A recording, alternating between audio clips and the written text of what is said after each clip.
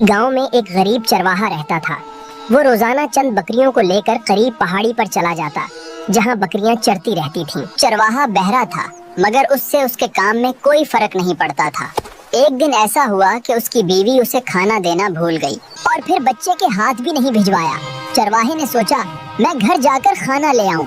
दिन भर भूखे रहना मेरे लिए दुश्वार होगा। उतने में उसने देखा कि एक घसियारा यानी घास काटने वाला पहाड़ के किनारे घास काट रहा है।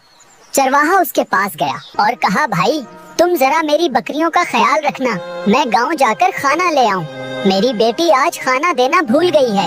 वो बोला, मैं तुमको अपनी घास क्यों दूं? ये तो मैं अपने जानवरों के लिए काट रहा हूँ। मेरे पास एक गाय और 2 भेड़ें हैं। ये कहकर उसने हाथ हिलाया और जोर जोर से हंसने लगा। शुक्रिया मेरे दोस्त, तुमने राजी होकर मुझ पर बड़ा एहसान। मैं बहुत जल्द आ जाऊंगा।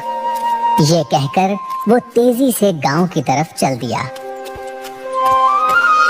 अपनी झोंपड़ी में पहुंचकर उसने देखा कि बीवी बुखार में मुब्तला है और पड़ोस की एक औरत उसकी देखभाल कर रही है।